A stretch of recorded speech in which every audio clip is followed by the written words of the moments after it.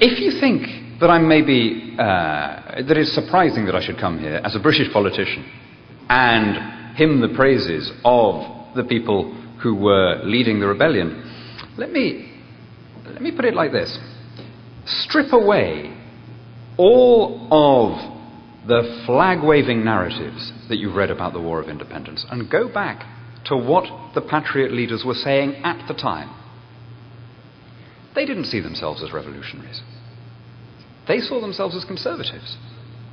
In their eyes, what they were fighting for was the defense of what they had always assumed to be their birthright as freeborn Englishmen.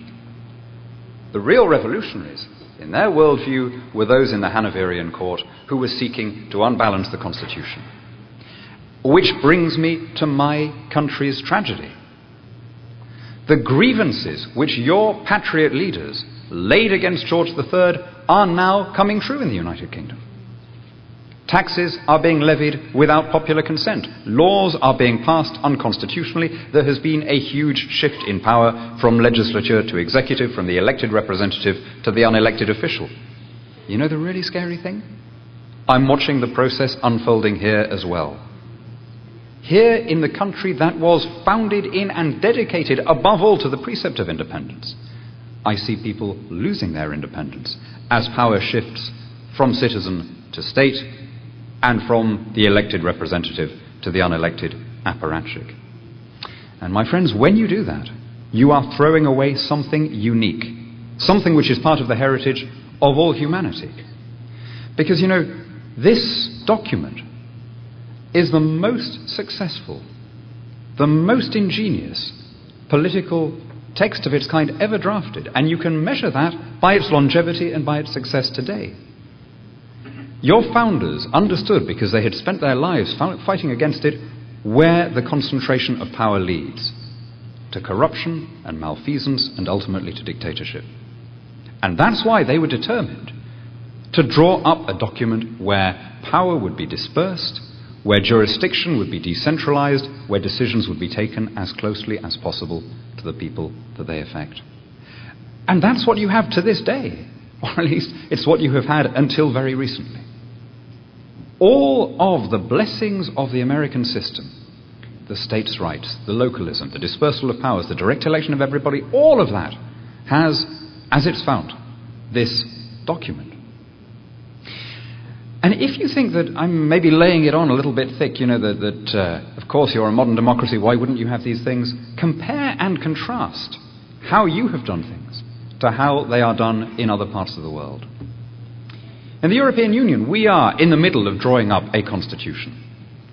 And the authors of that document drew a very explicit parallel with what happened here in Philadelphia. The chief drafter is a former French president, Valéry Giscard d'Estaing, a very grand man indeed.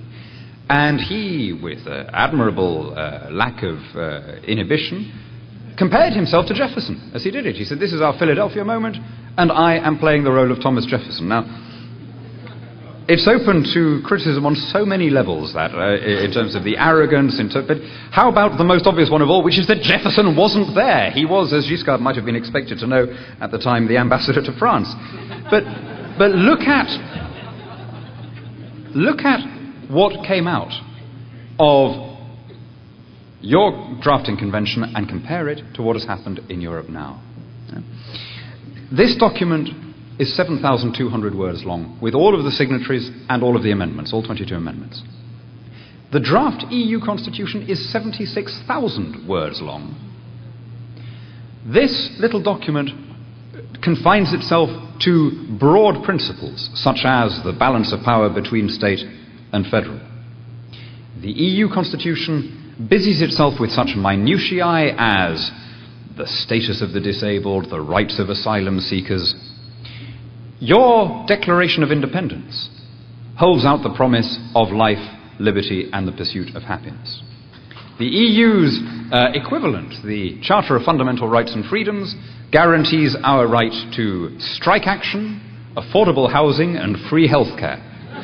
You observe the difference, my friends. This is a document about the freedom of the individual, whereas what is being drafted on the other side of the Atlantic is a document about the power of the state. In fact, you can infer that difference from the opening words. Your constitution begins, "We, the people," whereas the foundational document of the European Union, the Treaty of Rome, begins, "His Majesty the King of the Belgians." And from that basic textual difference, from that foundational difference, have come all of the differences in attitude between what happens here, where there is an automatic alignment and sympathy with the cause of self-determination, the cause of limited government, the cause of localism, and what happens in Europe, where everything is measured against the first line of the first article of the Treaty of Rome, namely the commitment to ever closer union. I see you as the truest heirs of the Republican tradition. And by the Republican tradition, I don't mean simply the fact of having a non-hereditary head of state, and I don't mean the Republican Party.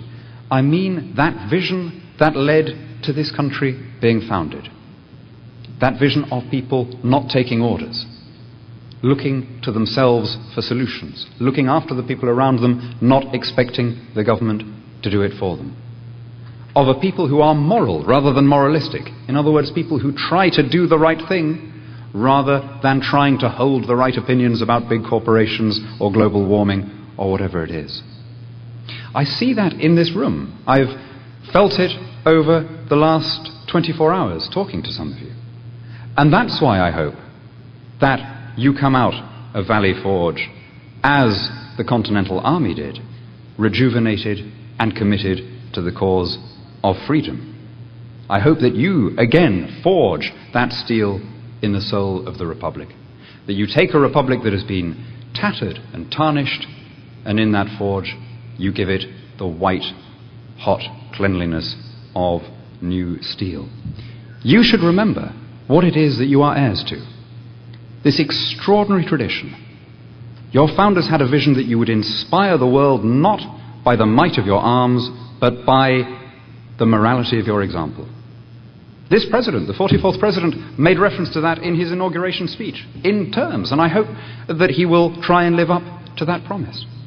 It's exactly what the pilgrims said as they sailed across. You're going to be the city on the hill, the people who inspire the rest of us by showing what can be done.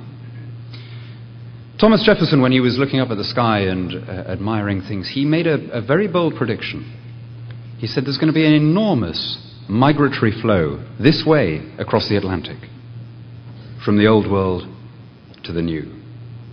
But there's going to be very few who make the return journey. Well, how spectacularly that came true, in a way that your third president couldn't possibly have envisaged. But why did he think that it would happen? He wasn't a chauvinist, Jefferson. He didn't think that there was some peculiar property in the American soil or the American genes pool. Okay, he was a bit patriotic about the sky, but it wasn't that he thought that there was some intrinsic quality in this part of the world.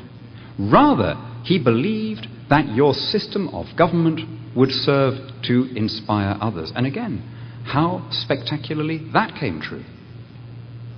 The promise of your Constitution, that vision of power dispersed, of power not being concentrated, of decisions being taken at the lowest possible level, ideally by the individual citizen, or failing that, by the lowest possible unit of government, that didn't only serve to make you rich and free and successful. It also drove your fathers to carry the promise of freedom to other continents. So let me close with a heartfelt imprecation as a British conservative who loves his country, to American freedom fighters who still believe in theirs. Keep fast for your children the same inheritance that you received from your parents. Let them grow up in a free and independent country.